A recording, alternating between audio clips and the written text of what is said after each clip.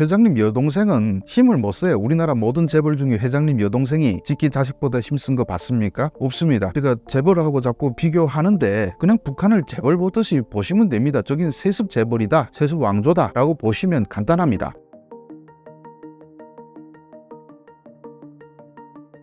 예, 안녕하세요. 동아일보 주성아 기자입니다. 유튜브에서는 주성아TV라는 제 개인 유튜브도 운영하고 있습니다. 일전에 한번 신사임당에 출연했는데 신사임당 조회수가 상당히 많이 나왔다고 다시 한번 꼭 나와달라고 그래가지고 제가 오늘 다시 나왔습니다. 오늘은 북한 군사 말고 다른 후계 세습이라든지 이런 얘기를 할 것 같은데 여러분들이 관심사가 아니더라도 꼭 진지하게 들어주셨으면 감사하겠습니다. 최근 김정은의 건강이 많이 안 좋다는 뉴스가 나오고 있는데요. 현재 김정은의 건강 상태는 어떤가요? 김정은의 건강 상태는 안 좋다는 얘기가 옛날부터 계속 나왔죠. 그런데 특별히 최근에 갑자기 악화되거나 입원했거나 그러지는 않는 것 같습니다. 오히려 이번에 그 물난리 난 지역에 가서 그 더운 여름에 고무보트도 다 타고 다니고 또 사람들 앞에서 연설도 하고 하는 거 봐서는 특별히 악화됐다라고 볼 수는 없습니다. 일단 김정은의 체형이 145kg으로 우리 정부 기관에서는 추정하고 있습니다. 직접 가서 저울로 달아볼 수 없으니까 전문가들이 앉아서 저 살 저렇게 저 비슷한 몸집일 때 어느 정도 나오는지 이 정부기관에서 다 분석을 합니다. 그래 나온 결과가 140 내지 145. 근데 이게 사실 사람의 몸무게는 아니죠. 모르겠습니다. 또 체형이 많이 나가신 분들은 분노하실 줄 모르겠지만은 이게 어쨌든 북한처럼 다 빼빼 마른 사회에서 김정은 혼자서 북한 사람의 체형이 아니죠. 예. 그래가지고 저렇게 몸무게가 나가면 반드시 건강상의 문제가 있습니다. 어떤 문제가 있냐? 김정은은 원래부터 태어날 때부터 저렇게 살찌는 체형은 아니었습니다. 그래서 2011년 김정일이가 사망하고 김정은이가 올라섰을 때 그때 우리가 추정하는 그 몸무게는 약 90kg 정도, 그리고 2009년에 김정은이가 처음 딱 등장했을 때는 한 80kg 정도 됐습니다.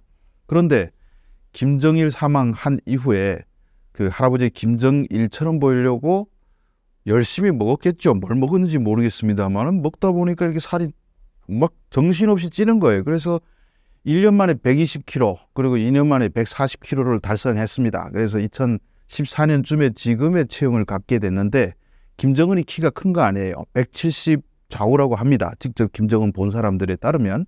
그러니까 170에서 140kg 급격히 찌다 보니까 이러면 반드시 따라오는 이 건강상의 문제가 있습니다. 어떤 문제가 있냐? 고혈압, 당뇨, 통풍 이런 것들이 세트처럼 따라올 수밖에 없습니다. 그래서 김정은이가 급격하게 살을 찌었던 2012년, 13년 사이에 당뇨병이 왔다고 하면 문제는 당뇨병은 합병증이 무섭죠. 당뇨 걸려서 10년 뒤부터 무섭습니다. 왜 그러냐? 당뇨는 이게 피가 당질이 많아서 걸쭉해집니다. 걸쭉한 피가 핏줄에 흐르다 보니까 이 핏줄 벽에 달라붙는 거예요. 그러면 핏줄이 좁아질 수밖에 없어요. 그러면 매우 더운 날이나 추운 날에 탁 터집니다. 그런데 아무리 김정은이가 돈이 많아서 이건 전 세계 최고 부자도 못하죠. 핏줄을 다 갈 수는 없지 않습니까? 그러면 피가 걸쭉해지면 실핏줄부터 막히기 시작하는데, 그래서 심장에서 제일 먼 발, 당뇨발이라는 게 왜 나옵니까? 발에 있는 실핏줄이 막히면서 상처가 나면 발을 절단해야 돼요. 그러니까 당뇨병이 그렇게 무서운 질병인데 김정은이가 열심히 운동을 해서 날씬해지는 모습을 우리가 보지 못하고 있으니까 여전히 당뇨병은 달고 간다. 그리고 개선의 여지도 없다라고 볼 수가 있습니다. 그러면 제 계산대로 하면 2012년부터 시작됐다고 하면 2022년, 23년 바로 지금부터 슬슬 합병증이 나타날 시간이 됐고요. 또 하나는 코로나가 돌았죠. 김정은이가 코로나 2번이나 걸렸습니다. 이건 김여정이가 직접 나와서 우리 장군님이 열이 펄펄 날면서 어떻게 했는데 그럼에도 불구하고 일을 했다. 라는 것을 얘기하면서부터 우리가 알게 됐습니다. 근데 열이 났는지 모르겠는데 저도 코로나 걸려서 일을 했어요. 자가 격리해가지고 집에서. 그건 그렇게 대단한 건 아닌데 아무튼 열심히 홍보를 합니다. 김정은만 이랬겠습니까? 북한 사람들도 코로나 걸려서 다 일했을 거예요. 아무튼 근데 대단한 거 한 것처럼 일을 했는데 아마 그때 제가 봤을 때는 김정은이가 죽음의 문턱에 갔다 오지 않았나 싶었습니다. 그래서 2022년 7월에 김정은이가 코로나 걸렸다고 그랬는데 코로나 걸리고 완치돼 나와서 10월부터 김주애를 본격적으로 데리고 다니기 시작했습니다. 이건 뭘 의미하냐? 이 집안 가정 내역이 이게 심혈관계통이 안 좋아요. 그래서 할아버지 김일성도 제일 더운 날, 이 1994년 7월에 우리가 역대 열대야 신기록을 썼던 94년 7월이었습니다. 그 기록을 오래 갈았다고 하는데 어쨌든 94년도에 그만큼 더웠는데 그 더운 날에 심장이 탁 터져 죽었죠. 아버지 김정일은 또 가장 추운 2011년 12월 그때 엄청 추웠어요. 며칠 동안. 그때 머리가 머리 혈관이 터져서 죽었습니다. 김정은도 그걸 다 봤으니까 내가 언제 이게 탁 터져서 죽을지 모르겠다. 근데 죽으면 후계자 안 남기고 죽으면 자기 일족이 멸족될 수밖에 없어요. 그래서 내가 죽으면 대타가 있어야 되겠다. 빨리 이게 후계자, 내가 언제든지 죽어도 우리 가족을 보존할 사람은 필요하다. 찾았는데 그 찾는 거는 가족밖에 없어요. 후계자는. 우리나라 재벌들도 다 자식한테 물려주지 뭐 누구한테 물려줍니까? 아마 김여정까지는 믿을지 몰라도 그 다른 사람들은 당연히 물려받으면 김정은 일족부터 다 처리하죠. 김정은부터 모범을 보였지 않습니까? 장성택부터 죽여버리는 모범을. 그러니까 자기 일족 다 죽는단 말이죠. 그러니까 자식 중에 한 명을 선택할 수밖에 없는데 그 자식이 아마 김주애가 아닌가. 그래서 데리고 다니면서 거의 지도자급 이렇게 대우를 하고 있는데 제가 봤을 때는 거의 후계 수업을 지금 받고 있는 것 같습니다. 김주애가 후계자 수업을 듣고 있다는 뉴스가 나오고 있는데요. 어떤 상황인 건가요? 김주애가 후계자 수업을 듣고 있는지 안 듣고 있는지는 모르겠습니다. 그런데 일단은 김정은이가 계속 달고 다니고 중요한 행사 때마다 달고 나타납니다. 그리고 김여정이 김정은의 누이 동생이 공식 행사에서 김주애한테 깍듯하게 안내해주는 장면도 최근에 나왔습니다. 그걸 보고 김주애가 이제는 후계자의 대접을 받고 있구나. 근데 후계자 수업을 뭘로 받고 있는지 모르겠는데 공부는 공부대로 하고 저는 좀 운동을 개인적으로 했으면 좋겠다는 생각이 들더라고요. 아버지도 140kg인데 김주애도 거의 프로레슬러급의 몸매를 벌써 11살밖에 안 됐는데 그렇게 탁 보이고 있더라고요. 그래서 쟤는 공부보다는 운동이 더 시급한데 후계자 수업 받으면 안 되는데 라는 생각이 드는데 이게 후계자 수업이라는 게 별거 없습니다. 김정은은 후계자 수업을 제대로 받은 줄 아십니까? 별로 못 받았어요. 그리고 김정일도 마찬가지고요. 그러니까 이건 수업을 통해서 완성되는 게 아니고 아버지가 얼만큼 뭘 물려주는가 하는 거에 달린 문제입니다. 그래서 북한 같은 독재 국가를 물려받으려면 몇 가지 물려받을 게 있죠. 일단 당을 물려받아야 되고 군을 물려받아야 되고 비밀경찰을 물려받아야 되고 돈줄을 물려받아야 됩니다. 기본적으로. 그런데 김정은이가 물려받을 때는 제일 먼저 비밀경찰, 그러니까 국가보위부를 먼저 물려줬어요. 아버지 김정일이가. 두 번째 군을 물려줬습니다. 그리고 당은 제일 마지막에 물려주고 그 다음에 세 번째로 물려준 게 돈줄. 그러니까 한 나라 독재자는 온 나라에 있는 돈이 다 내 손에 관리가 가능해야 됩니다.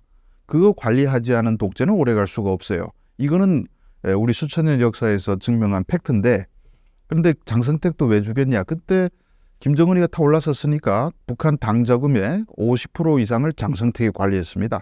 이 돈을 관리 못하는 독재자는 오래갈 수가 없어요. 그래서 장성택도 어쩌면 그런 연장선에서 중요한 가장 큰 이유 중에 하나긴 했는데 어쨌든 그렇게 물려줘야 되는데 김주애한테 이제 지금 뭐부터 물려주기 시작했는지는 모르겠습니다만은 현재로서는 물려준 것 같지 않습니다. 왜냐하면 우리 한국 재벌 똑같이 생각하시면 돼요. 물려주면 벌써 선대의 힘이 팍 빠지게 됩니다. 그래서 일단은 지금 본격적인 권력을 물려주기보다는 일단 사람들 앞에서 얼굴을 내보이면서 얘가 내 후계자야. 내가 죽으면 얘가 돼. 라는 것을 인식시킬 필요성이 있습니다. 이게 꼭 필요한 것이 만약에 2008년도 8월에 김정일이가 뇌졸중으로 쓰러졌는데 그때 죽었어야 돼요. 그러면 북한이 붕괴됐을 수 있습니다. 왜냐하면 그때는 공식적인 후계자가 없었습니다. 그러면 북한 권력기관들끼리 싸움이 나요. 가령 장성택은 저 마지가 돼야 된다 해가지고 김정남 내세울 것이고 또 어디서는 그래도 김정철이가 그래도 같이 데리고 살던 여자 중에 첫째인데 하고 내세우고, 또 어떤 무리들은 김정은한테 줄 서서 여기가 리더십이 있으니까 여기를 내셔야 됩니다. 이런 식으로 저저마다 막 내셔다 보면 내부적인 권력 싸움이 벌어지게 됩니다. 그런데 김정일은 뇌졸중 걸렸다 쓰러졌다가 살아났어요. 3년 더 있다 죽었는데 아무것도 안 하고 그냥 아들한테 물려주는 데만 집중했습니다. 그래서 비밀경찰, 군, 돈, 당 물려주고, 그리고 나서 마지막에 한 일이 뭐냐, 김일성 광장 주석단에 아들을 데리고 나와서 얘가 내 후계자요 라는 것을 보여줬습니다. 그러니까 북한 사람들이 쟤구나 이렇게 알게 된 거예요. 북한 전 주민들한테 인식시킬 수 있는 과정이 필요한데 김정일은 이 과정을 거꾸로 밟아서 김주애를 먼저 다 각인시켜 놓고 그 다음에 나중에 권력은 물려주는 순간 자기 힘이 빠지니까 천천히 물려주겠다라는 생각을 갖고 있는 것으로 보입니다. 만약 김주애가 김정은의 뒤를 잇는다면 남존여비 사상이 강한 북한에서 여성이 지도자가 되는 것에 거부감은 없을까요? 받아들이기가 상당히 어렵습니다. 그래서 저 김주애 후계자론의 가장 큰 취약점은 과연 북한 주민들이 어린 여자의 말을 들을까라는 생각을 저도 갖고 있습니다. 그런데 한 가지 뭐 할 수 있다고 보는 견해는 어차피 다 감옥처럼 만들어 놨는데 뭐 진짜 바보를 앉혀놔도 통제야 얼마든지 가능하지 않겠냐. 어쨌든 반항하는 놈들 다 쏴 죽이면 되는데 라는 생각. 그럼 막 곳곳에서 공개 총살하고 정치범 성소에 끌고 가고 하면 북한 사람들은 이 반항을 못하는데 이제 수십 년 동안 익숙해가지고 굳이 반항하지 않을 수 있다라는 생각이 있습니다. 그리고 또 다른 측면에서 생각하면 보통 아들을 내세울 텐데 김정은한테 아들이 있다 없다 논쟁이 많습니다. 그래서 박지원 전 국가정보원장 같은 경우도 아들이 있는 것으로 알고 있는데 김주애는 지금 대타고 결국 이제 나중에 아들이 나올 것이다 라고 보는 시각도 분명히 있습니다. 뭐 그렇게 될지 말지 모르겠습니다만은. 그런데 아들이 없다고 가정하는 경우에 김주애를 내세워서 할 수 있는 당에서, 그럼에도 불구하고 왜 딸이냐, 김정은 정도면 솔직히 뭐 북한 여성들은 다 자기 거예요. 자기 마음 먹으면 후궁 100명 1000명 만들래도 만들 수 있고 아들을 만들려고 해도 얼마든지 만들 수 있습니다. 그러면 옛날 왕조의 개념에서 후궁에서 난 아들을 세울 수는 있어요. 김정은 스스로도 첩의 자식인데 뭐 첩의 자식을 또 데려다 시킬 수는 있겠죠. 그런데 그렇게 하려면 어떤 문제가 걸리냐, 자기가 배다른 형을 죽여버리지 않았습니까? 권력을 차지하려면 권력에서는 그게 잔인한 그런 과정이 필수적입니다. 그래서 만약에 어떤 첩의 자식을 올려놨다 그러면 자기가 그랬듯이 분명히 김주애를 죽여버릴 거예요. 김주애 동생이 하나 또 있는 것을 아는데 죽여버릴 겁니다. 그러니까 자기는 그런 손에 피를 묻혔는데 자기 딸을 너무 사랑한 나머지 우리 딸은 이런 꼴 보지 말고 살았으면 좋겠다 하면 여자라는 리스크를 감안하고더라도 여성을 후계자로 만들 수는 있습니다. 그리고 끝으로 후계 세습에 관심을 갖고 있는 분들이 많은데 제가 드리고 싶은 말은 그거 지금 알아서 어쩔 건데요. 딸이 뭐 어떻고 아들이 뭐 어떻고 김정은이가 이제부터 얘가 후계자요 하면 쟤구나 하고 봐도 아무 문제가 없습니다. 그래서 그거는 뭐 주애라고 봐도 되고 어떤 놈이 딴 놈이 후계 세습 받고 있다. 그래 뭐 누가 받겠지라고 신경 끄고 있다가 어떤 인간이 나타난 다음에 쟤야 하고 꼼꼼히 따져봐도 충분한 시간적 여유가 있다. 이 말씀을 드리고 싶습니다. 북한의 여성 인권 실태는 얼마나 심각한가요? 북한의 뭐 인권 자체가 남자 여자 뭐 인권이 바닥인 건 다 아시잖아요. 그래서 뭐 북한 인권 하면 워낙 참혹한 건 사실인데 남자들의 인권은 남자들이 인권대로 유린되고, 그리고 남자들의 인권에서 제일 문제는 뭐냐면 남자들이 빨리 죽어요. 평균 수명이 가장 짧은 나라 중에 하나가 러시아였습니다. 그래서 한 60세 넘기면 죽는다 이런 말이죠. 그래서 보드카 많이 마시고 이런 얘기가 있었는데 북한도 60세 좀 넘으면 죽는 것 같아요. 워낙 남자들한테 할당되는 이 세상이 너무 참혹해요. 17살에 중학교 졸업하면 바로 군에 끌려가서 거의 요즘은 7년이라 하지만은 제대되면 또 농촌에 가서 2년 또 뭐 농사 지으며 살아야 한다고 합니다. 그 군에서 정말 막 뭐 사람 목숨값을 치고 합니까? 공사장 가서 떨어져 죽고 맞아 죽고, 그리고 또 생존하려면 그 바다 나가서 배에 빠져 죽어도 누구 슬퍼하는 사람 없고, 광산 들어가서 수시로 사고 나고 그렇게 많이 죽습니다. 그래서 남자들은 북한에 태어나면 너무 빨리 죽는 게 불쌍하고, 여성들 같은 경우에는 이거는 뭐 우리가 한 100년 전에 봉건 시대의 그 악습이 그대로 남아 있다라고 볼 수 있는데, 대신 남성들한테 엄격하게 또 충성을 해야 됩니다. 그래서 북한의 정치위원 중에 여성이 한 명밖에 없어요, 아직도. 그래서 거기는 남자를 우대하는 사상은 확실히 있어요. 그 빨리 죽는 남자들이 그렇게 우대라도 받아야지 참 불쌍해서 어떻게 삽니까? 그래서 제가 한국에 와 보니까 한국 여성들의 인권이, 뭐 여성들은 뭐 우리 여성 인권 아직 개선될 여지가 많다고 생각하지만은, 물론 또 북한하고 비교했다고 또 난리 나겠지만은, 북한하고 비교하면 이건 하늘과 땅 차이입니다. 그래서 저는 탈북 남성으로서 북한에서 자란 남성인데, 한국 와서 다 좋아요. 다 좋은데 여성들 만나기가 참 무섭긴 해요. 그거 하나만은 북한 여성이라면 하는 생각이 가끔 드는데, 그 정도로 북한 여성들은 남성들의 지배하에서 꼼짝 못하고 죽어 지내고 있다라고 보시면 될 것 같습니다. 김주애와 김여정의 충돌 가능성에 대한 이야기도 들리는데 충돌 가능성은 없을까요? 저는 없다고 봅니다. 왜냐하면 이제 회장님 딸이잖아요. 그 회장님 여동생은 힘을 못 써요. 우리나라 모든 재벌 중에 회장님 여동생이 직계 자식보다 힘쓴 거 봤습니까? 없습니다.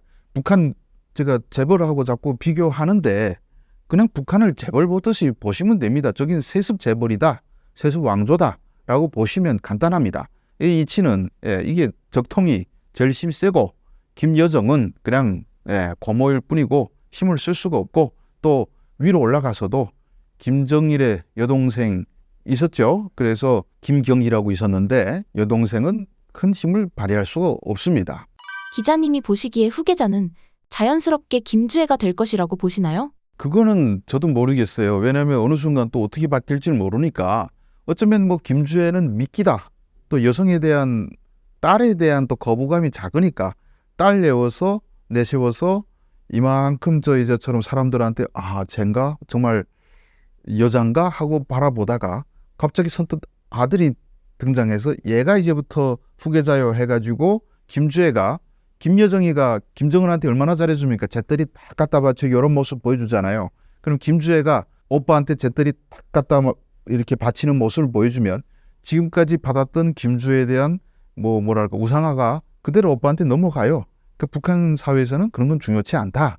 김주애하고 아들하고 바꾸는 건 얼마든지 일어날 수 있으니까 아직은 우리가 속단을 하지 말고 지켜보면 된다. 아까 제가 방금 말씀드렸지만은 후계자가 누구 되든 된 다음에 재구나 하면 됩니다. 최근 북한에서 물난리가 난 것으로 아는데요.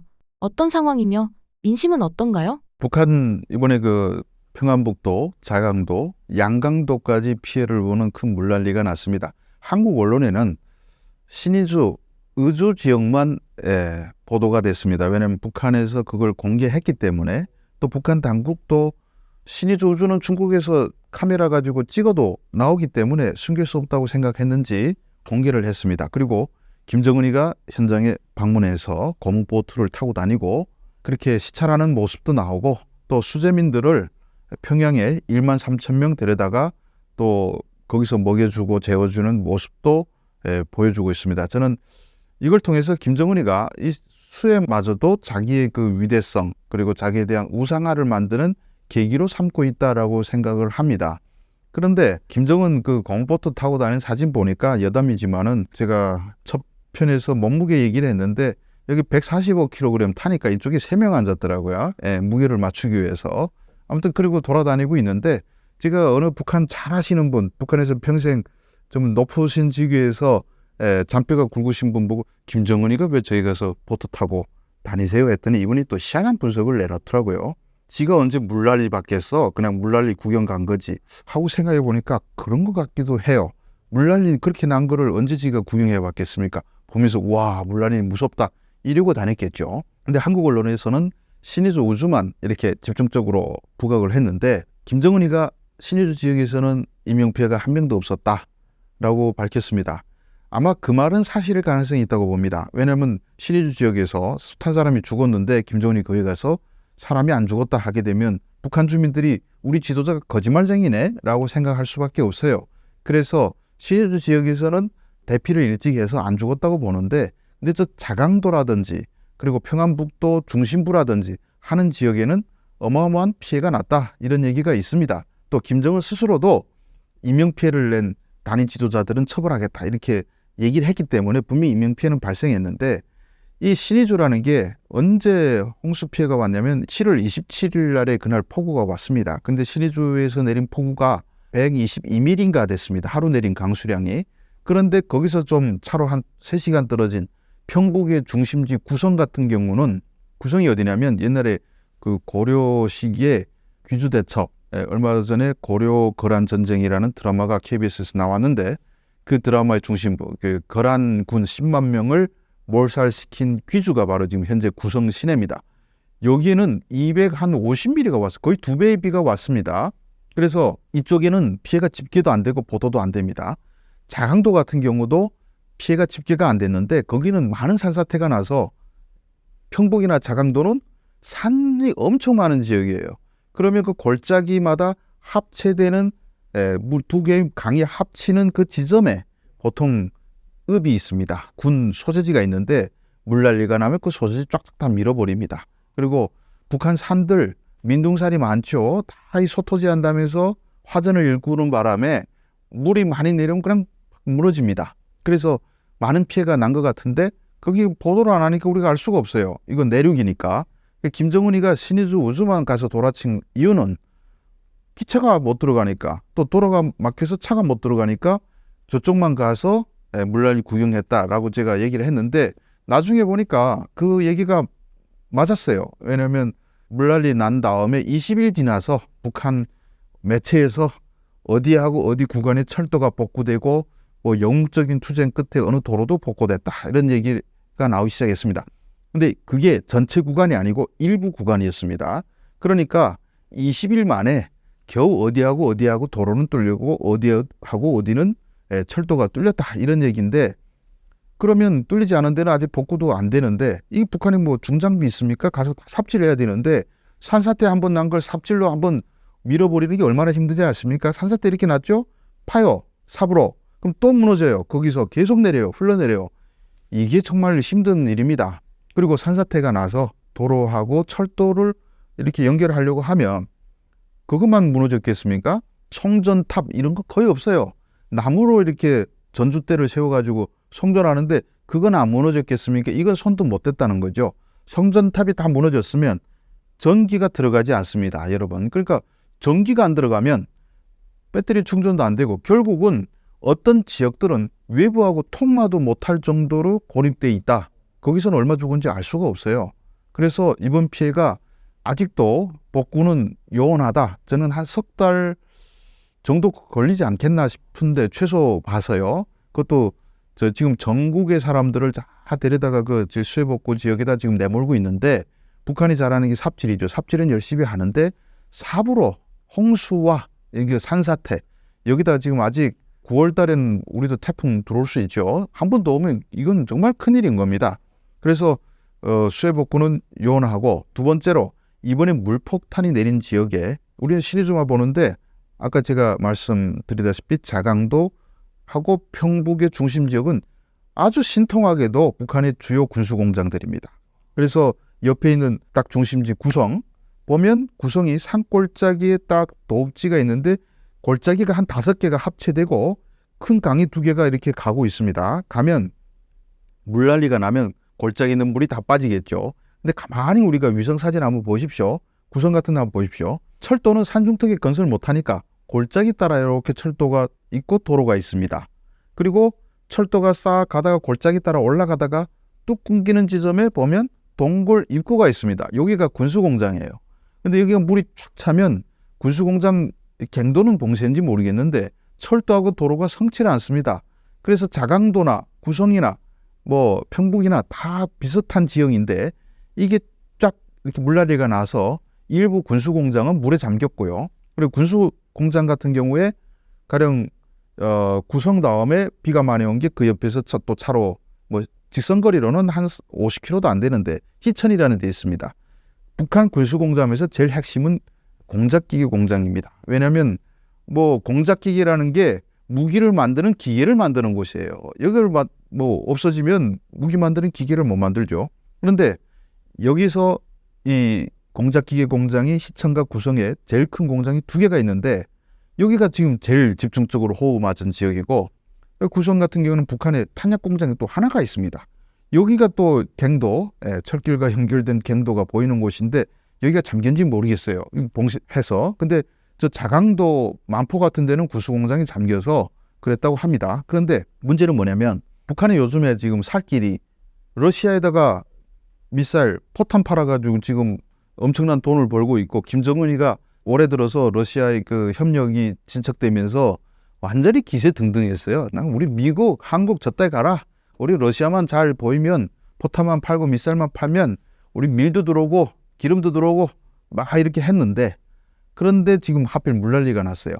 저 철도가 없으면 뭐 포탄 생산이 안 되죠. 생산됐더라도 못 나옵니다. 재료가 들어가고 뭐가 들어가야 되는데 한 석 달 동안은 저게 군수공업이 제대로 돌아갈 수가 없어요. 쉽게 말하면 북한에서 유일한 돈줄이 또 끊어져 버렸습니다.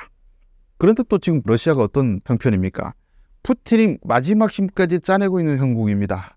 거기다가 지금 우크라이나가 옆구리 치고 들어왔지. 그러니까 왜 러시아는 또 이제 이쪽 밑에서 바닷가 해안 지역에서 최후의 공세, 있는 힘을 다 뽑아서 밀고 들어갑니다. 왜 그렇게 하냐? 가만 보니까 푸틴이 저기에 그 미국 대통령 선거에서 갑자기 트럼프가 이렇게 암살 시도가 있은 다음에 지지율이 확 올라가고 막 이렇게 되니까 판단하기로 트럼프는 올라서면 다음 날로 휴전조약 맺게 하겠다 이렇게 했습니다. 휴전조약 맺으면 차지한 땅에서 주저앉게 돼요. 그러니까 푸틴은 있는 힘껏 다 해서 있는 거 없는 거 다 쓸어 때려 엮고 있는 지금 상황인데 그 때려 넣는 게 뭡니까? 북한에서 갖고 온 포탄 미사일인데 이게 석 달 꼭 막혔어요. 푸틴이 난리 났죠. 그래서 뭐 체첸 가서 또 거기 병력 끌어온다 하는데 병력은 끌어오더라도 이 탄약, 러시아의 변기창 역할을 했던 북한의 군수공장들이 한 3개월 가동 못하고 운반 못하게 되면 푸틴이 열받겠죠. 뭐 김정은은 아이고 미안합니다. 뭐 저 때문에 안 해요. 뭐 이렇게 할 수는 있겠지만 대신 김정은도 그걸 팔아야 가장 요긴할 때 줘야 감사하게 뭐가 들어올 텐데 그걸 못 주면 큰일입니다. 이게. 그래서 이번에 그 우리가 피해를 본 지역에 곡창지대는 뭐 항해도라든지 뭐 그런 데 더 크니까 쌀값 영향보다는 김정은한테는 군수공업 파괴 그리고 군수공장이 물에 잠겼으면 저걸 물을 또 퍼내고 복구시키고 하는 게 당장 제일 시급한 문제다. 그리고 뭐 인명피해 이거는 북한은 사람 죽는 거 그렇게 대수롭게 생각하지 않기 때문에 거기에 대해서는 별로 신경을 안 쓴다. 이렇게 볼 수 있을 것 같습니다. 다수의 북한 외교관들이 탈북하고 있는데요. 유독 외교관과 같은 엘리트들이 많이 탈북하는 이유가 무엇인가요? 그것은 우리가 특별하게 볼 이유는 없습니다. 얼마 전에 뭐 쿠바에서 넘버2 대사관 넘버2가 오긴 했는데 이건 이렇게 보시면 됩니다. 북한 외교관들은 항상 많이 탈북해 왔습니다. 한국에 보도가 안 돼서 그렇지 솔직히 들어와서 계속 이렇게 눌러앉아 사시는 분들이 꽤 많습니다. 많은데 문제는 우리가 2009년, 10년 이때는 거의 1년에 3,000명씩 왔어요. 그러니까 외교관들이 10명만 와도 300분의 1이니까 그건 뭐 세 발의 피였죠. 그리고 코로나 이전에는 거의 뭐 1,000명 넘게 왔습니다. 그 10명 오면 100명 중에 1명이었습니다. 문제는 코로나 터지고 나서 탈북길이 꽉 막히다 보니까 북한 내부에서 탈북을 할 수가 없어요. 그래서 코로나 기간은 1년에 64명, 65명 이렇게 왔고 작년도 같은 경우에는 198명이 왔습니다.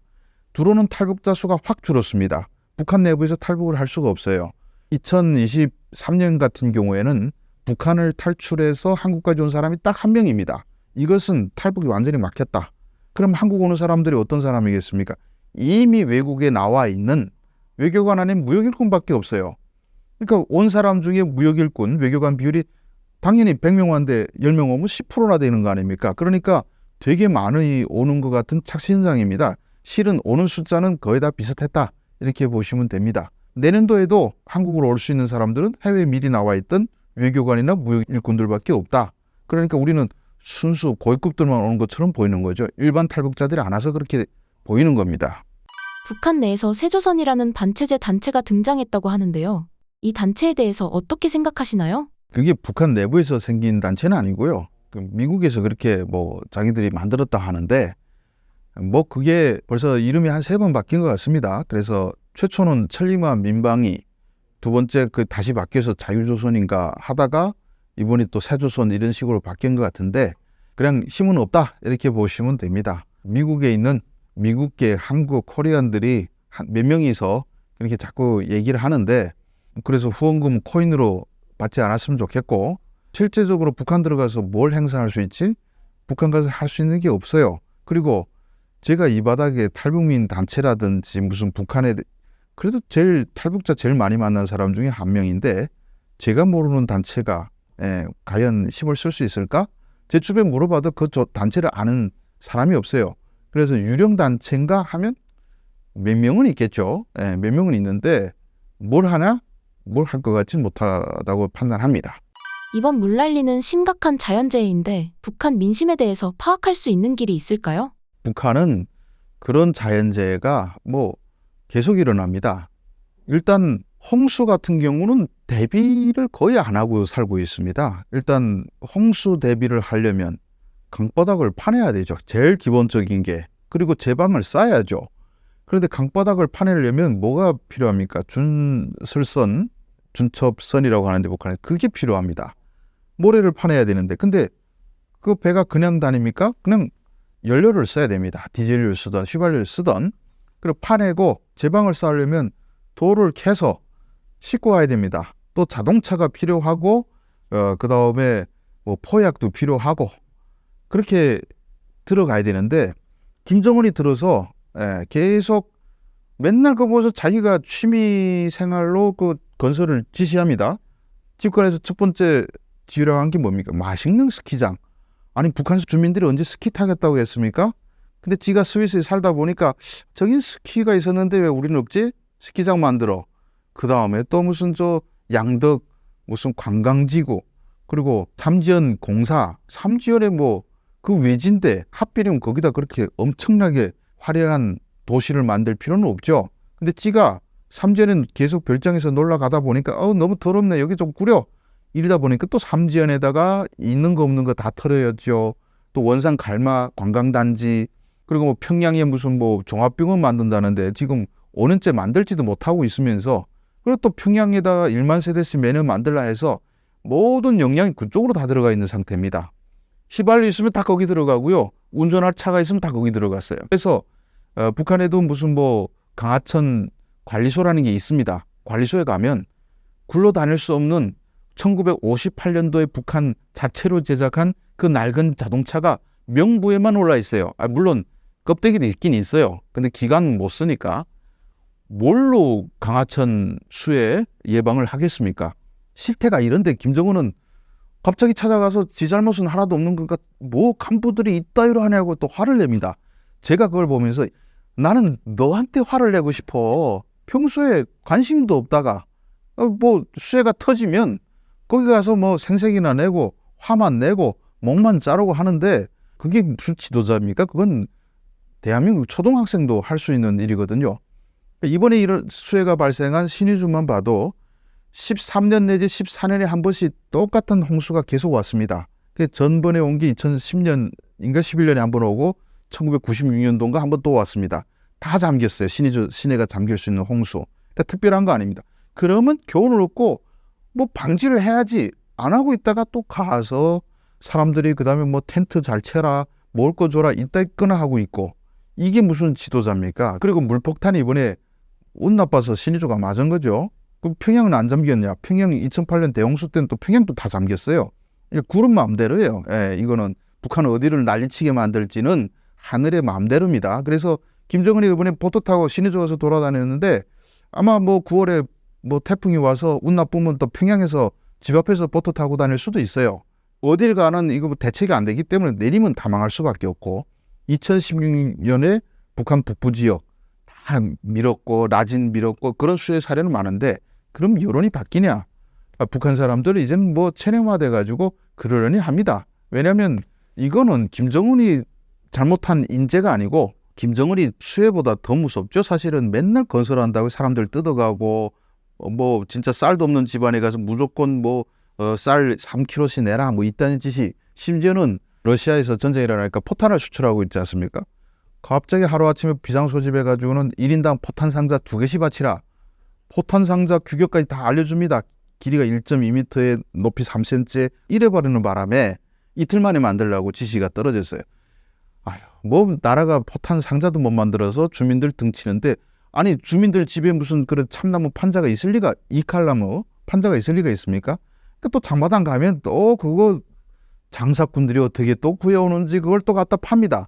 그래서 팔면 그 포탄 상자 2개씩 다 어쩔 수 없이 돈 나서 완성품 사든 뭐 이제 반조리품 사든 해서 사서 내는데 그 가격이 2달 먹을 돈입니다, 일상.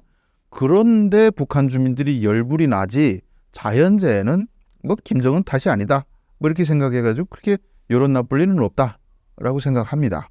북한의 7차 핵실험 가능성에 대한 이야기가 나오고 있는데요. 국제적 제재를 받으면서도 핵실험을 강행하는 이유가 무엇인가요? 일단은 뭐 그 북한의 7차 핵실험 가능성은 뭐 일각의 일부 언론들이 주장하는 내용입니다. 이게 뭐 한다고 해서 우리가 징후가 포착된 건 아니고요. 하면 그다음 했는가 보다 이런 생각을 할 수밖에 없죠. 그래서 저는 이 얘기가 한 1년 전부터 나왔는데 저는 안 할 거라고 주장했습니다. 1년 전부터. 왜냐하면 7차 핵실험으로 해서 얻을 만한 게 없어요. 북한은 자기들이 소형까지 다 해서 핵무기 말하자면 만들 수 있는 거는 다 만들었다고 지금 자랑을 합니다. 지금 북한이 막 이번에 새롭게 핵실험해서 자랑한다고 그러면 중성자탄, 그 악마의 무기라고 하죠. 중성자탄 실험을 해야 새로 만들었는가 하지, 이미 다 만들었다 했는데 또 실험하면 그 의미가 없어요. 우리 다 했다고 완성했고 뭐 자랑찬 승리라고 그렇게 선전해 놓고 또 했어요. 그러면 소형까지 했다는 마당에 뭘 또 하지? 그래서 크게 얻을 건 없고, 그리고 뭐 오히려 제재만 강화됩니다. 물론 뭐 대북 제재는 지금 사상 최강이 돼서 뭐 받을 수 있는 제재는 다 받았다고 보고, 이제 더 제재를 한다 그러면 할 것도 제가 솔직히 뭘 해야 될지 생각이 안 날 정도로 이미 다 받고 있습니다. 그런데 제재를 함에도 불구하고 러시아가 뚫려 있으니까, 러시아가 급하니까 뭐 제재를 막 무시하고 북한에 기름도 대주고 뭐 식량도 들어가고 하니까, 북한으로서는 지금 러시아 푸틴한테 딱 달라붙으면 뭔가 이제 식량, 러시아가 그 밀 생산 엄청나게 하는 나라기 때문에 밀 생산량이 뭐 한 1억 톤 좌우가 됩니다. 러시아에서 다 못 먹어요. 그리고 기름도 많고. 그러니까 조 형님한테 붙으면 우리가 먹고 사는 데는 걱정 없다. 에라, 미국 바이든 저리 가라. 중국 시진핑 너 우리 안 돌아와줘도 우리 푸틴 형님이 다 해줘 라는 마인드로 지금 러시아에 필사적으로 접근하고 있기 때문에 이제 다시 한번 대북 제재를 한다 해도 큰 효과는 없다라고 생각을 합니다. 그리고 핵실험은 뭐 북한으로서는 굳이 해야 될 동기부여는 없다라고 판단합니다. 현재 북한의 핵무기 수준은 어느 정도인가요? 북한은 일단 2006년 그때부터 시작해서 지금 6차 실험까지 했습니다. 6차 실험까지 했는데 처음에는 핵실험 성공 뭐 이렇게 나가다가 처음에 뭐 그다음 대형화 성공하다가 이제는 소형화까지, 이제는 순항 미사일에도 핵을 넣어서 쏠 수 있게 됐다라고 자랑을 했고, 김정은이가 직접 또 핵무기 공장에 가서 핵탄두들 배경으로 해가지고 사진 찍은 거 있는데, 그 핵탄두들 크게 보니까 딱 생긴 게 우리가 그 소세지, 요만한 소세지처럼 생겼더라고요. 그리고 순항 미사일이 열만한 크기는 되는 것 같습니다. 어떤 분은 저게 진짜냐 하고 얘기할 수도 있는데, 저는 진짜일 가능성은 상당히 더 크다. 거짓말일 가능성보다. 모르겠어요. 저도 모릅니다. 가보지 못해서. 근데 뭐 북한 그 따라간 사람들이 하도 많으면 제가 없는데 가짜를 넣고 만들었다 그러면 따라간 사람들은 또 뻥치고 있네라고 생각할 수 있기 때문에 사실대로 얘기했을 가능성이 있다고 보지만 또 모르겠습니다. 북한은 뭐 100명 따라가도 그 입은 또 다 틀어막을 수 있으니까. 그래서 어느 수준인지는 모르겠습니다만 어쨌든 분명한 것은 핵무기는 만들었다. 일단 우리가 분명히 알아야 될 건 핵무기 만들었다. 근데 핵무기 만들기가 어렵지 않습니다. 왜냐면 핵무기는 1945년도에 나온 거의 뭐 이제 80년 전 기술입니다. 어렵지 않아요, 사실. 뭐 어느 나라나 사실 마음만 먹으면 만들 수 있는 게 핵무기입니다. 그러니까 북한이 핵무기를 만들 수 있는 기술이 있냐 없냐 이거는 논쟁의 여지가 없습니다. 이건 설계도까지 다 공개된 거기 때문에 만드냐 안 만드냐의 차이지 기술이 없으면 못 만들지는 않는다. 따라서 북한은 핵무기는 있다. 소형화되냐 말았냐 뭐 그거 하는데 사실 그건 중요한 건 아니죠. 그리고 큰 거 있으면 어떻고 작은 거 있으면 어떻고 어차피 뭐 써놓은 순간 핵무기 쓴 걸로 되니까 그 다음에 몇 개가 있냐 이것도 몰라요. CIA에서는 20, 30개 있다고 그러고 뭐 어디서는 또 한 300개 있다고 그러고 하는데 저는 또 그것도 중요한 건 아니라고 봅니다. 우리 대한민국 입장에서는 뭐 20, 30개 있으나 200개, 300개 있으나 똑같아요. 그리고 투발 수단인데 김정은이가 뭐 미사일에 넣어서 쏜다, 뭐 진짜 대륙간 탄도 미사일에 넣는다 하는데 사실 그것도 중요한 거 아닙니다. 왜냐하면 대륙간 탄도 미사일은 미국을 겨냥해서 만든 것이고 사실 우리 한국 같은 경우는 군사 분계선에서 서울까지 40km, 50km 뭐 이 정도밖에 안 됩니다. 그러니까 솔직히 쇠로 관 만들어서 포약 지어서 꽝 쏴도 그냥 한국 서울에 들어온다는 거죠. 그만큼 서울은 핵무기로 공격하기가 너무 쉽습니다. 북한이 만약에 핵을 쏘기로 결심했다 그러면 우리는 결코 안전하지 못하고 또 그리고 서울처럼 발전된 국가가 핵탄두 떨어지면 어떡하겠습니까? 망하죠. 망할 수밖에 없죠. 그런데 우리가 그나마 위안 삼아야 되는 것은 핵을 쏘는 순간 김정은도 죽는다는 거예요. 그러니까 김정은이 핵단추 누르는 순간 그건 자살단추입니다. 절대로 김정은이 살아남을 수가 없어요. 뭐 여러 가지 이유가 있습니다만은 가장 큰 이유가 뭐냐? 지금까지 핵은 유엔 안보리에서 강대국으로서 허용된 국가들만 갖고 있습니다. 그 외에 뭐 몰래 만들어서 기를 쓰고 뻔뻔하게 열심히 만든 국가들이 파키스탄, 인도 그리고 만들었는데 안 만든 척하는 이스라엘 그리고 만들었다가 잘못했어요 하고 내놓은 남아공 뭐 이 정도가 핵을 보유하고 있습니다. 그런데 지금 북한에서는 핵을 만들었죠. 만들고 또 동네방네 내가 핵이 있어 나 건드리지 마 이런 전술을 하고 있습니다. 자, 핵은 이렇게 있는데 문제는 핵을 사용한 적은 딱 한 번밖에 없죠. 그런데 만약에 한국이 얼마나 자랑스러운 국가입니까? 정말 식민지에서 그리고 원조를 받던 나라에서 이제는 원조를 주는 세계 10위권의 경제대국으로 올라서서 세계 이 자유진영의 모범 사례인 나라입니다. 이런 나라가 북한 핵에 당했어요.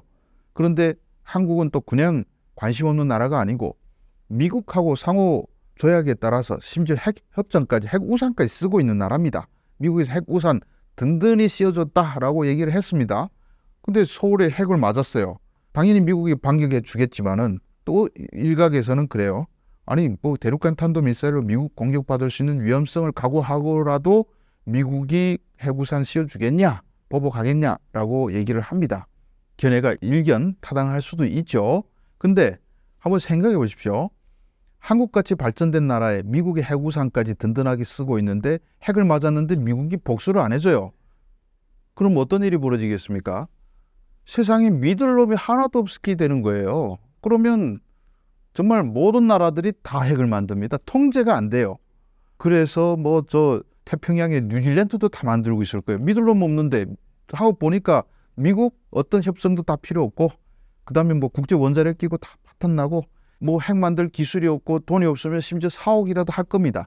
이렇게 핵무기가 통제를 벗어나서 굴러다니게 되면 그러면 뭐 테러 단체들 손에 당연히 들어가겠죠.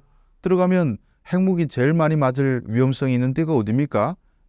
뭐 워싱턴, 베이징, 모스크바 이런 강대국들이 제일 잘못한 짓이 많아가지고 테러범들이 제일 때리고 싶어 합니다. 지들이 수도가 위험해요. 그러니까 이 국제 핵 질서는 강대국으로서는 무조건 지켜야 되고 이걸 위반한 특히나 그 김정은처럼 그런 악의 축이 아직 뭐 눈치 없이 위반했잖아요. 핵을 사용해가지고 덕을 봤다는 것을 세계에 보여주면 자기들이 피해봅니다. 무조건 김정은은 죽여야 돼요. 그리고 북한에서는 지금 미국이 김정은 왜 못 칩니까? 북한이 무너지면 사후 관리가 안 돼가지고 무서워서 북한이 터지게 되면 한국도 피해보니까 그래서 김정은 암살 못하는 거예요. 근데 그때 가서 한국이 망했는데 눈치 볼 것도 없습니다. 핵을 맞으면 굳이 핵 공격할 필요 없어요. 김정은 목만 따면 되는데 그래서 강대국한테는 김정은을 살려두는 것이 세계 핵 질서를 지키는 유일한 방법입니다. 그래서 미국이 못 죽겠다 그러면 아마 중국에서 나서 죽일 거예요. 아마. 그래서 핵을 쓰는 순간 김정은은 죽는다. 그래서 뭐 핵 선제 공격에 대한 우려는 크게 할 필요 없다. 그런데 만약 전쟁이 일어나서 김정은이가 도망치다가 저기 만포까지 가서 중국 넘어가려는데 중국이 안 받아줬다. 그러면 열받아서 아유 어차피 내일 죽겠는데 니 죽고 나 죽고 해서 단추 누를 가능성이 있죠. 근데 그렇게까지 우리가 굳이 몰아갈 이유는 없어요. 김정은 내일 당장 압살할 수 있는데 뭐 전쟁에서 평양까지 쳐들어가 그러겠습니까? 북한 붕괴가 소원이라면 전쟁 안 하고 그냥 우리 위성에 다 내려다보고 있어요. 김정은만 딱 목을 따면 끝나는 일인데 안 하고 있는데 뭐 그런 선제 공격에서 만포까지 올라갈 일은 없습니다.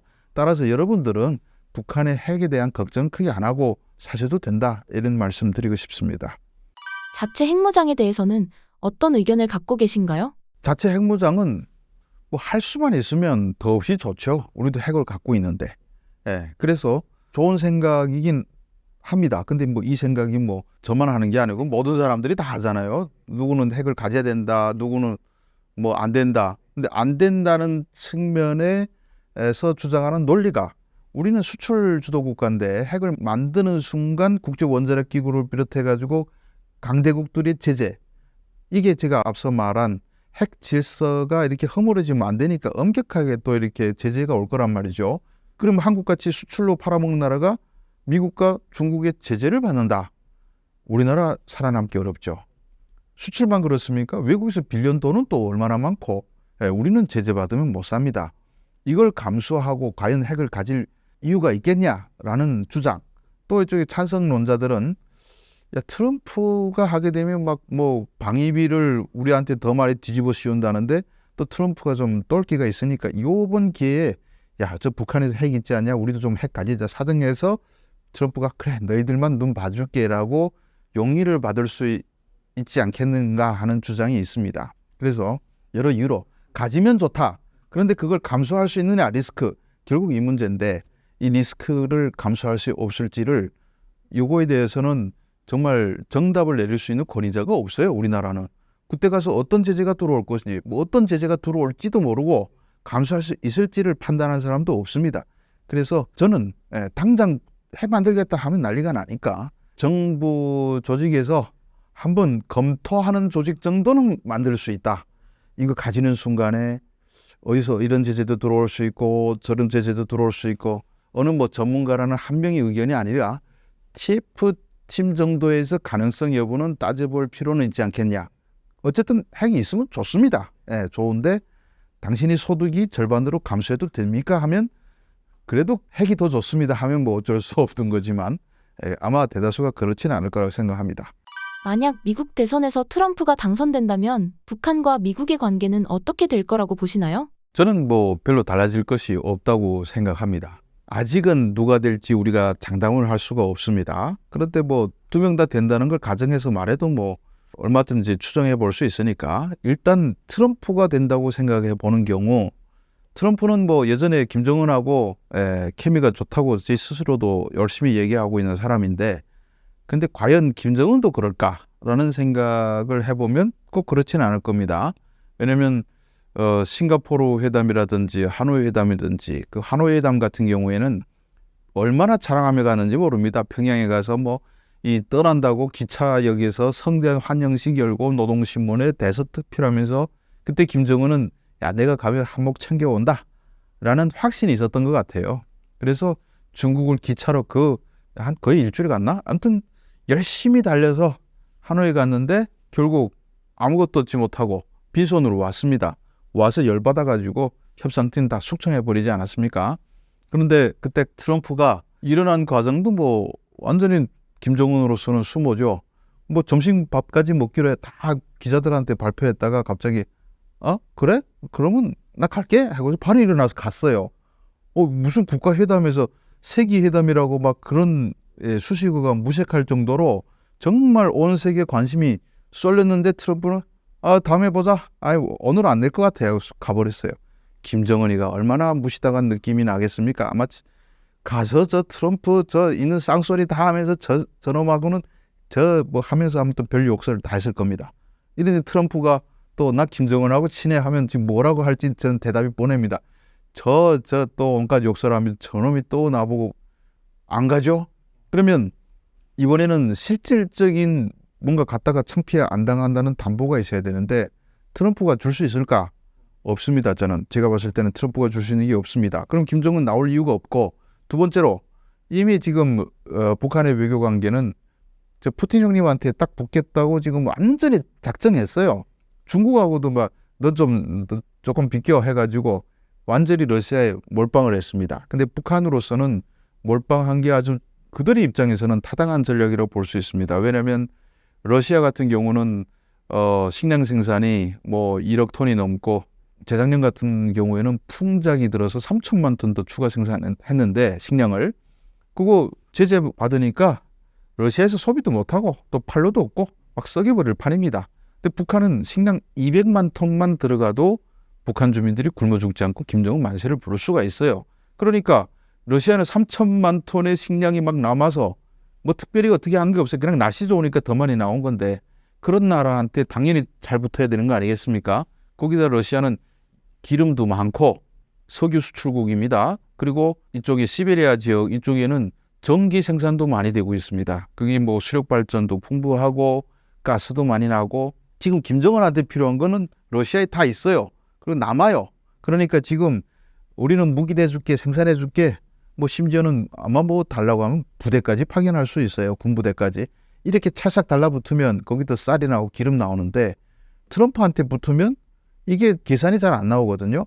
그래서 푸틴 일기 때 김정은이가 그렇게 열심히 싱가포르하고 하노이 다녔어도 얻은 게 뭔가? 하나도 없어요. 푸틴은 그냥 뭐 앉아서 자기 사진만 실컷 찍다 갔어요. 실제는 2017년 대북제재 가장 강력한 대북제재 맞아가지고 풀어주지도 않았어요. 김정은이 이제 또 나오면 트럼프가 풀어줄 수 있을까? 제 말은 no. 미국도 명분이 있어야 되는데 풀어줄 이유가 없는 거죠. 그러니까 굳이 김정은이 나와서 트럼프 사진 찍힐 이유는 없다. 그래서 저는 트럼프 대통령이 재선한다고 해도 지금 러시아 우크라이나 전쟁이 지속되고 있고 푸틴에게 김정은이가 필요한 존재인 이상에서는 무조건 북한은 러시아만 가붙고 트럼프는 무시할 것이다. 그리고 트럼프를 무시하면 한국은 더 무시하겠죠.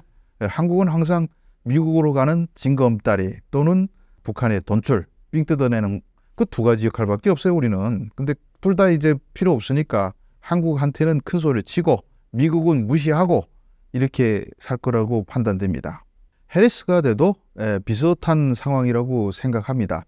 이미 해리슨의 외교 정책은 바이든 정부를 승계할 수밖에 없는데 바이든 정부는 북한하고 아예 상대도 안 하고 말도 안 섞고 살았지 않습니까? 계속 그 방식이 이어질 겁니다. 왜 그러면 말도 안 섞었냐? 섞으려고 보니까 뭘 할 게 없어요. 줄 수도 없고 그래서 북한이 양보할 것 같지도 않고 그래서 그냥 시간만이 답이다. 니들이 가만 놔두면 괴로운 건 니들이겠지 하고 가만 내버려뒀단 말이죠. 아마 뭐 민주당 정권이 다시 창출돼도 그 전략은 유효할 겁니다. 할 게 없어요. 가만 놔두죠. 그러면. 현재 북한과 러시아의 조약으로 인해 북한과 중국의 사이가 요원해졌다는 이야기가 있는데요. 현재 북한과 중국의 관계는 어떤가요? 현재 북중 관계는 나쁩니다. 그래서 우리 언론에서 나왔는데 상징적인 사건이 그 김정은이가 그 시진핑하고 그 회담을 했던 그 대련의 그 어디 휴양소에 동판으로 발자국을 딱 남겼는데 그걸 중국에서 다 아스팔트로 그냥 덮어버렸다고 합니다. 이거는 엄청난 결례죠. 그래도 중국에서 뭐 김정은이가 만들어 달라 했습니까? 중국에서 지들이 만들었다가 갑자기 아스팔트 확 덮어버리니까 김정은한테는 열받을 수밖에 없는데 근데 요원해진 이유가 제가 봤을 때는 중국에서 뭐 북한을 무시했을 것 같지는 않습니다. 물론 뭐 약간의 야 니들 뭐 러시아만 가고 우리는 왜 눈길도 안 줘? 라고 생각할 수 있지만은 요원해준 근본적인 이유는 김정은이가 지금 푸틴만 보이지 딴 거 보이지 않아요. 그러니까 지금 중국 가서 우리가 받아올 수 있는 게 뭐 식량, 연료 다 러시아에 있지 중국은 항상 옛날부터 풍족하게 준 적이 없습니다. 그래서 고난의 행군 때 사람들이 뭐 한국에는 300만 명이 굶어 죽었다 뭐 이런 얘기 하지만은 제가 봤을 때는 그냥 제 개인적인 생각 한 50만 명, 300만까지는 아니지만 그래도 엄청난 많은 평화기에 3년 동안 그렇게 많이 죽는 건 어마어마한 사상자가 나고 50만 명만 죽었다 해도 한 1000만 명은 그냥 뭐 피골만 상접해서 겨우 수만 붙어 있을 겁니다. 이런 와중에 북한이 믿을 게 어디 있겠습니까? 중국 찾아갔죠. 쌀 좀 주세요. 한 톨도 안 줬습니다. 북한 간부들은 중국이라면 이를 갑니다. 저 제가 이거 뭐 방송이니까 욕을 못 하지만은 어쨌든 북한도 떼놈이라고 그럽니다. 중국 엄청 싫어해요. 저놈의 떼놈 새끼들은 믿을 거 안 돼. 그 김일성 때부터 그랬어요. 사람들이 굶어 죽어도 중국은 요구 조건 내세워서 중국 요구는 너희들 좀 개방해서 우리만큼만 따라오라 그겁니다. 근데 김정일이 거절하니까 한 톨도 안 줬어요. 그리고 이후에도 북한에서 뭐 중국에서 연료를 받고 쌀을 받는다 이런 얘기가 있지만은 실은 그냥 굶어 죽지 않을 만큼 무너질까 하면 조금 주고 한 번도 풍족하게 준 적이 없습니다. 그래서 중국은 그런 나라였는데 푸틴은 뭐 포탄 주면 뭐 식량이라든지 연료 많이 줄 것 같단 말이죠. 그래서 중국은 수십 년 동안 잘 보여봤는데 별거 없으니까 지금 러시아에 올인 해가지고 들어갔는데 거기 또 한편에는 우리가 러시아에 간다고 해서 그 연료도 좀 나옵니다. 꾸준히. 그걸 끊어버리진 않는다. 쩔쩔쩔 주긴 한다. 그러니까 중국 가서 굳이 잘 보일 필요가 없잖아요. 항상 중국 가면 뭐 자꾸 훈계만 합니다. 그러니까 싫어한다는 거죠. 그러니까 아예 중국하고는 눈길도 안 주고 푸틴한테 가니까 시진핑 입장에서는 저놈 봐라 저거 어제까지 나한테 와서 뭐 형님 모시겠습니다 해놓고는 이제 와서 푸틴한테 가네 하니까 시진핑이 좀 서운하겠죠. 서운한데 근데 이거는 뭐 영원할 관계는 아니라고 저는 생각합니다. 북한은 옛날부터 1950년도 60년대부터 항상 소련과 중국 사이에 여기 붙었다 여기 붙었다 양다리 외교를 하면서 살아왔습니다. 여기 붙었다 여기 붙었다.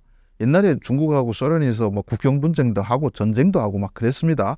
그러면 여기 붙었다 여기 붙었다 하면서 자기 존재 가치를 서로한테 어필하면서 이렇게 살아왔던 게 북한인데 지금 역시도 우크라이나 전쟁이 벌어지고 푸틴이 지금 급한 상황이니까 급한 놈 우려 먹으려고 갔습니다. 근데 우크라이나 전쟁이 끝나고 또 푸틴한테 전쟁 끝났는데 뭐 포탄 미사일 계속 달라고 할 일은 없을 거 아니겠습니까? 그럼 저쪽에 별 볼 일이 없어서 서운해지면 또 중국과 붙겠죠. 중국에. 그러면 중국은 오는 놈 또 가라고 하긴 그렇습니다. 왜냐하면 북한의 전략적 가치가 몰아내고 사실 뭐 너희 굶어 죽어라 하기에는 북한 무너지면 큰일이니까 중국도. 어쩔 수 없이 또 받아줘요. 북한은 이거 너무 잘 알고 있습니다. 그래서 우크라이나 전쟁이 끝나고 한 2, 3년에 또 중국과의 관계는 회복될 거라고 저는 그렇게 판단하고 있습니다. 최근 김정은과 푸틴이 만나서 군사 파병까지 논의한 걸로 알고 있는데요. 혹시 북한이 러우 전쟁에 참전할 가능성은 없을까요? 저는 그 북한이 러시아 전쟁에 참전할 가능성은 충분히 있죠. 이미 참전했죠. 탄약과 그리고 미사일 그리고 심지어는 그 발사 차량까지 제공해주고 있습니다.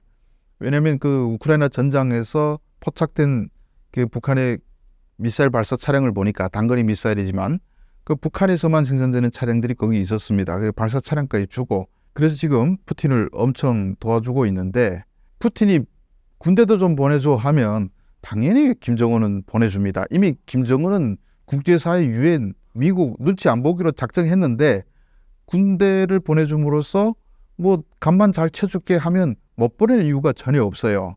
그리고 실전에서 경험도 쌓고 우리도 예전에 베트남 파병 갔다가 거기 무기도 좀 챙겨오고 서방 무기들 챙겨올 수 있는 뭐 그런 좋은 기회가 될 수 있기 때문에 얼마든지 보낼 수 있는데 문제는 푸틴이 야 내가 쟤들한테서 병력까지 받아야 되냐 이런 생각이 있는 거죠. 그렇게 병사들까지 받을 정도로 공공하진 않다.